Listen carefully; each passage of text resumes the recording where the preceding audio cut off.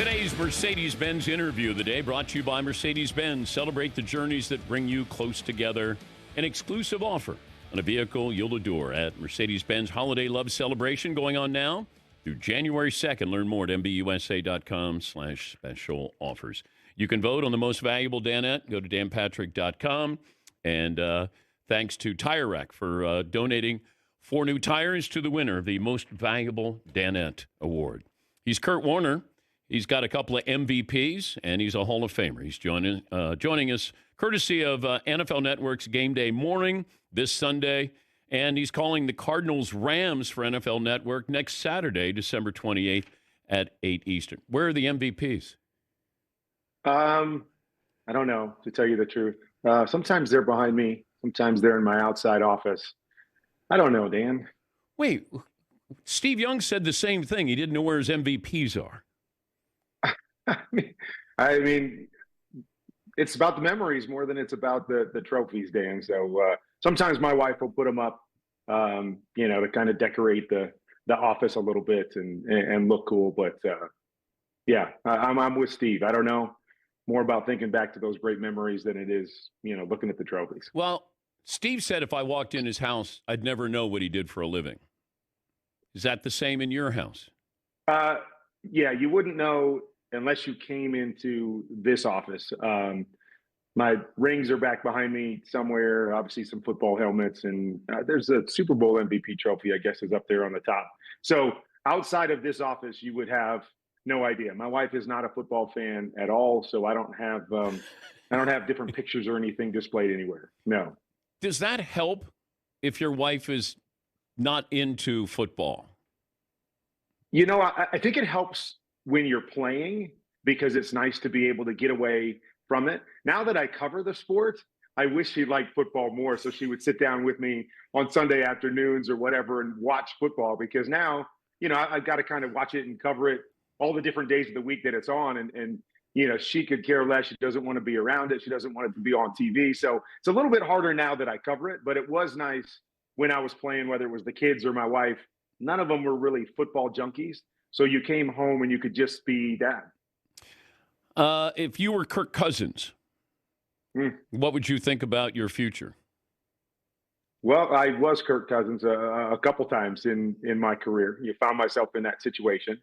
I think if I'm Kirk Cousins in Atlanta, you probably think your career in Atlanta is over for sure. And I think when I went through it a couple times, so, leave the Rams, go to the Giants, and, then be benched when I was, with the Giants 9 games in, my mindset was I still felt I could play, but I didn't know if anybody else would give me a shot.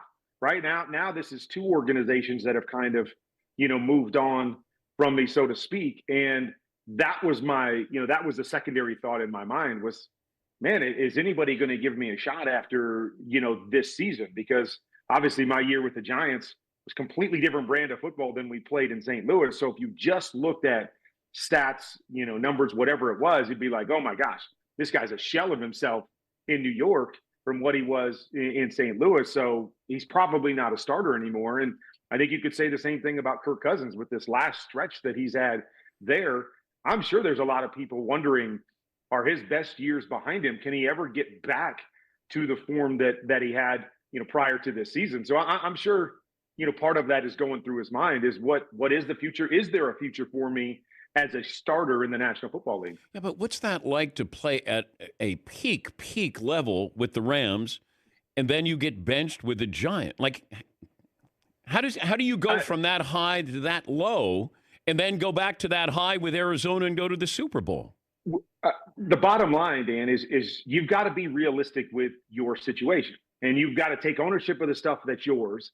And then you also know that there's a lot of stuff going on around you that isn't always on you, although it looks like it's on you, right? I mean, I broke down Kirk's, the interceptions when he had that 4 interception game. And there was a couple plays where I felt like his receivers, kind of duped him a little bit, and he ends up throwing an interception. And so to me, as a quarterback, you've got to go back and look at those things and go, you know what? That wasn't on me. And those kinds of things help you to hold your confidence, even when the stats may not say you're playing really, really good football. You hang on to what you know about yourself, You learn from those moments, like, yeah, that was a dumb decision. What am I thinking in that situation? But you don't just like all of us on the outside are looking at Kirk Cousins and just going, oh my gosh, he's terrible. He can't play anymore. And when you watch the film, I don't think that's the case. I don't think he was ever comfortable in Atlanta. I don't think he's ever been comfortable in this offense. I think there's a lot of continuity issues between the guys and around him and himself, and it's led to a lot of this stuff that hasn't played into his strengths. And if I'm Kirk Cousins, I'm thinking, okay, that's not who I am. This offense didn't fit me. I need to find an offense that fits me because I believe I can still play at a high level. And that's how you hold on to that confidence, even when you're going through moments like this or you find yourself being benched. We're talking to Kurt Warner, the Hall of Famer. You can catch him on NFL Network's Game Day Morning. Rich Eisen, your host, on Sunday, and he's calling the Cardinals-Rams for NFL Network. Now, did they tab you for this because these are two of your former teams? I don't know. I mean, it works out beautifully for a lot of different reasons because we're going to be in LA on Sunday morning, so we don't have to travel far after the game. Obviously, we joke around that it's the Kurt Warner Bowl when these two teams play because they play a couple times a year. And obviously it's a big game. That NFC West is going to come down to the end. So I'm not sure why, but I like it. I like all those different factors. And I think it's going to be a really good football game that's going to mean something. So I'm excited about it. Would you play Patrick Mahomes this weekend? I am a firm believer that if a player is healthy enough to play, then you play them. And I understand all the different things. If we could save him for this game. And that's just what we do, Dan. Like, if we get injured, but it's not so bad that it stops us from playing, we want to be out there playing. And that's what you do in every other scenario, right? We're trying to look at this down the stretch. But in every other scenario, you do the same thing. If you're in week 4 and, your guy tells you, hey, I can play. I'm good. I can practice all week and I can play.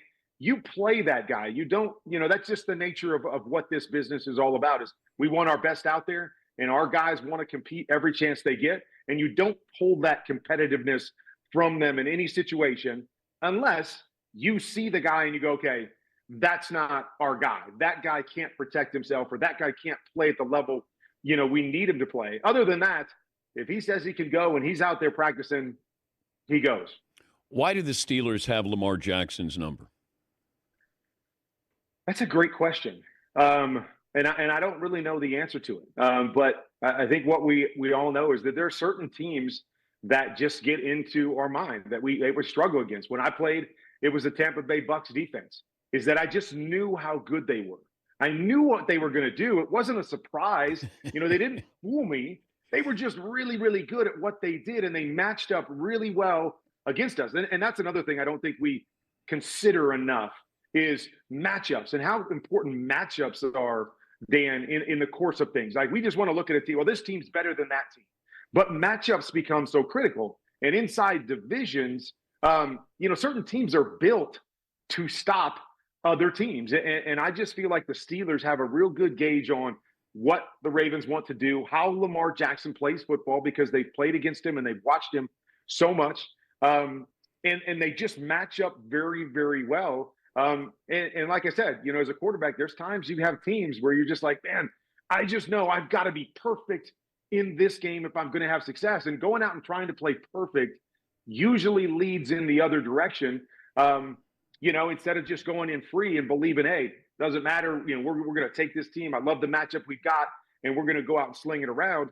You sometimes can get a little bit tighter, hesitate a little bit more, and against good teams, that's all it takes. Explain to me, and you said this before years ago to me, that you loved when somebody blitzed, that somebody was open. But you got to take that hit sometimes. Like you right. May, like it's the risk and the reward with that. But what's that? How do you process that of that guy's coming and I'm probably going to get hit, but it does open up this route for, Isaac Bruce? Yeah. All I can say, Dan, is that the hits never hurt as much when you complete the pass. And so, when that's coming and there's a guy open and you're going to hit him and it's going to be some kind of play, that adrenaline or whatever it is, most of the time you don't even feel the hit. Like, it's just like, I gotcha. And you're thinking of it from that perspective, not, oh my gosh, this guy is going to hit me, I'm thinking to myself, well, I just won. You can come and hit me all you want, but I just won because there's an opening there and I'm getting it to one of these guys that's going to make a big play against you.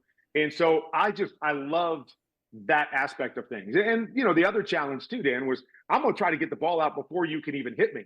Like that was, to me, one of the fun parts of it is how fast can I see it and beat you? So you think you're going to get a free hit on me, Dan, and then the ball's out and you got to stop and you're just thinking, that was awful because, these guys are licking their chops as soon as they see the tackle step down, this defensive end is coming right at you, and then boom, all of a sudden the ball's out and they've got to stop. There is no better feeling when I played than that aspect, is that when a team thought they had you with the blitz and they had an overload and somebody's coming free and you just flip the ball out and you get a big play and you just know the frustration that they're feeling. These rookie quarterbacks, rank the performances so far, not who you would take in the future, just what you've seen this year from all of these guys who have played. Jaden Daniels is number one for me, been the most consistent from day one to now. There's so many big plays. I love the way he plays in control, his poise. I put him at number one. I would put Bo Nix at number two. Not as good early, but I think he's played some really, really good football. He's been helped by Sean Payton, who does a great job of dialing up some easy things and giving him some opportunities. But I think he's played really, really well. And what we saw in college has really translated to the NFL. I would go Drake May, 3. And he's probably the biggest surprise for me of all of these guys. A lot of ups and downs his last year in college and a lot of footwork stuff, and didn't think he saw it really quickly in college. I have been overly impressed since he got in there, especially with the situation and they don't have a lot of pieces. He's not surrounded by, what some of these other guys have. And he has seen the field extremely well. He's played fast. He's made a lot of plays and made them competitive. So I would put him at 3. And then I would put Caleb at 4, even though we've seen glimpses. There's a long way to go in terms of speeding up the processing, getting the ball out, being more consistent, playing the game. That's how I would rank him at this point. Is Caleb the problem or the Bears the problem if you were going to pick one or the other? If I was going to pick one or the other, I would probably pick the scheme as being the problem for the young quarterback. Like I think Caleb's got some issues he's got to get better at. He's got to see it and process faster. But Dan, I've talked a lot about, some of these teams run these pure progression type systems. And what that does is it forces a quarterback to have to look and read a play the exact same way no matter what the defense is. And I think that hurts quarterbacks because just because they're looking at a receiver, they don't get to see the entirety of the field. And so as he tries to work back across some of that stuff, he's completely lost to what's going on the backside because he wasn't really worried about it to begin with. Like, oh, I'm not worried about what's going on over there. I'm going to read over here first. And I just see that hurting him over and over and over again. And I believe that can be a problem across the league. Some teams do it better than others. But I believe that scheme has really caused Caleb Williams to play slower and play more deliberate, where I think he's been at his best is when he's been free and he's looking, doesn't have it, he reacts and he plays just like he did in college. And I think that system has really hindered him from doing that. So young quarterback, room to grow, but I wish they were giving him some different opportunities in terms of the scheme that they run because I think that's hurt him. My best to the family. Happy holidays, and thanks for joining us as always.